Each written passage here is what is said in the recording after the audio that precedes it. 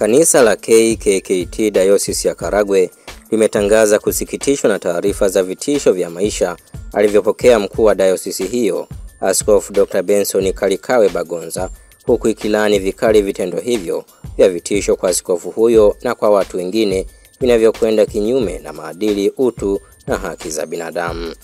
Katibu mkuu wa KKKT Diocese ya Karagwe, Mchungaji Jeremia Mukurasi Lugimbana, kupitia waraka wake wa Mei 10 mwaka huu, ameeleza kuwa ofisi yake imekuwa ikipokea simu nyingi za pole kufuatia uwepo wa taarifa za vitisho kwa Askofu Dr. Bagonza, simu ambazo zilitaka kujua hali ya mkuu huyo ambaye tayari alieleza vitisho vyake vya wazi kupitia ukurasa wake wa Facebook mnamo Mei 8 mwaka huu. Tunaendelea kushirikiana na vyombo vya dola kuhakikisha kwamba usalama wake na wa wafanyakazi wote unalindwa ipasavyo. Wanadayosisi ya Karagwe tunasimama imara naye katika dhamira ya kuhudumia watu wote na kuwasemea wasio na sauti ya kujisemea, imesema sehemu ya barua hiyo. Tuna imani na mamlaka za usalama kuchukua hatua stahiki kuhakikisha wote wanaojihusisha na vitendo vya kutisha watu na kuleta taharuki wanashughulikiwa kwa mujibu wa sheria. Tunaendelea kuwahimiza wanajamii wote kuliombea kanisa na taifa kwa ujumla, na zaidi kuendeleza mazungumzo ya kujenga yenye heshima na yenye lengo la kudumisha haki na amani katika taifa letu, ameandika katibu mkuu wa KKKT Diocese ya Karagwe, Mchungaji Jeremia Mukurasi Lugimbana. Naomba nikukumbushe kila ambacho alikiandika Benson Bagonza kupitia ukurasa wake wa Facebook. Kwanza alianza kwa kuandika kwamba ameandika Baba Askofu Dr. Benson Bagonza PhD, mkuu wa Diocese ya Karagwe. Leo tarehe 8 mwezi wa 5 2025, Papa wa 267, Papa Leo wa 14 amechaguliwa. Ni mwana Chigango mwenzangu, mwana CTU mwenzangu. CTU ni chuo kikuu cha theolojia cha kanisa Katoliki ambako Bagonza kasoma hapo pia, na ni mwana Agustini mwenzake. Msisahau Martin Luther alikuwa padri wa OSA. Kwa hiyo imekuwa siku njema kwangu. Alianza kwa kuandika hivyo. Kisha kaendelea kwa kusema, imekuwa siku ngumu kwa sababu nimepokea taarifa za kuwa wasiojulikana wanakuja kunimaliza. Hivyo nimeambiwa niishi kwa tahadhari. Sishangai, kwa maana ukimfuga mbwa ukamwachia aonje damu za watu, huwezi kumdhibiti tena na hawezi kuacha mwenyewe. Na kisha akaendelea kwa kusema, kama kweli wanakuja, wamekosea na wanaichafua serikali na taifa kwa ujumla. Kisha akasema tena, kama hawaji pia wamekosea bado, wanaichafua serikali na taifa kwa ujumla kwa kuwaza kuja. Dr. Bagonza aliendelea kwa kuandika kwamba kama wakija, ninawaomba wasiharibu milango ya nyumba yangu na kuwafanya wanangu nitakaowaacha yatima waanze kufikiria kujitengeneza upya. Waniite, nitatoka nijikabidhi. Kama hawaji, na mshauri mfuga mbwa awafungie mbwa wake ndani, si kwa ajili yangu bali kwa ajili ya usalama wa mfuga mbwa mwenyewe na usalama wa kijiji chetu. Huu ni mwaka wa uchaguzi. Hekima ni kutengeneza marafiki wapya kuliko maadui wapya. Usimuue mtu aliye tayari kufa. Hayo ni matumizi mabaya ya mauaji. Awamu ya 5 walikuja, si lazima waje awamu ya 6, hata kama awamu ya 6 ni mwendelezo wa awamu ya 5.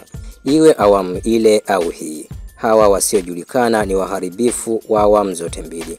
Serikali makini kama kweli haiwajui, ijitenge nao. Wanaweza kufanya kwangu kwa sababu wameshafanya pasipotegemewa. Wakifanya wasijipongeze, wasipongezwe na adhabu yao iwe kufa milele. Kama wakifanya, mwili utaoza, watu watalia, wengine watashangilia, lakini watazaliwa wengine zaidi yangu. Mungu analipenda taifa hili kuliko mimi ninavyolipenda. Hachelewi wala hawahi, atasimama kulitetea. Ninaishi katika jimbo la waziri wa mambo ya ndani. Nina uhakika hajawatuma. Na washauri wasitumie rungu kuua mbu aliyeketi kwenye kende za mfalme, wala jiwe kumtungua kunguru aliyekaa kwenye kichwa cha malkia. Na wapenda wa Tanzania, wakija kunichukua tusipoonana tena, basi tutaonana kwa Baba kwa wale walio na imani. Ni sehemu ya waraka alioandika Baba Askofu Dr. Benson Bagonza kupitia ukurasa wake wa Facebook tarehe ya 8 Mei mwaka huu.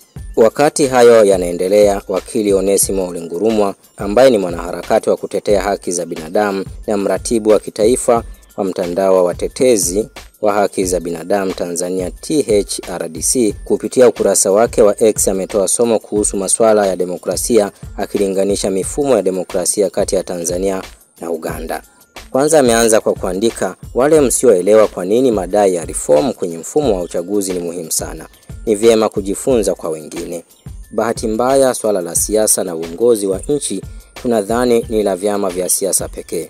Hali hii pia inachangiwa na katiba kulazimisha ili mtu awe kiongozi wa kuchaguliwa lazima apitie kwa chama. Hili ni tatizo kubwa katika demokrasia ya kweli.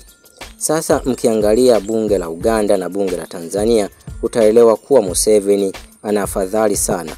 Walau kuna demokrasia shirikishi pamoja na kwamba anaonekana kuwa ana chembe za kukandamiza haki na demokrasia. Bunge la Uganda kwa mujibu wa kifungu cha 78 ibara ya kwanza ya katiba ya Uganda, bunge la Uganda linaundwa sio na wanasiasa pekee bali na makundi mengine ya kijamii. Muundo wake unajumuisha wabunge wa kuchaguliwa majimboni, mbunge mwanamke wa kuchaguliwa katika kila wilaya, wawakilishi wa vyombo vya usalama, wawakilishi wa vijana, wawakilishi wa wafanyakazi, wawakilishi wa watu wenye ulemavu, wawakilishi wa asasi za kiraia pamoja na makundi mengine.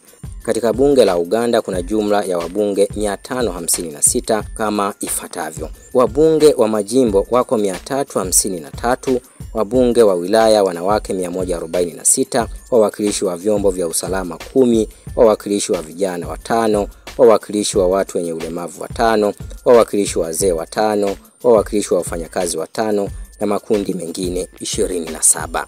Na katika hawa 353 wanatokana na vyama majimboni. Na wale wanawake wa vyama kila wilaya ni 146 ambao jumla ni 499.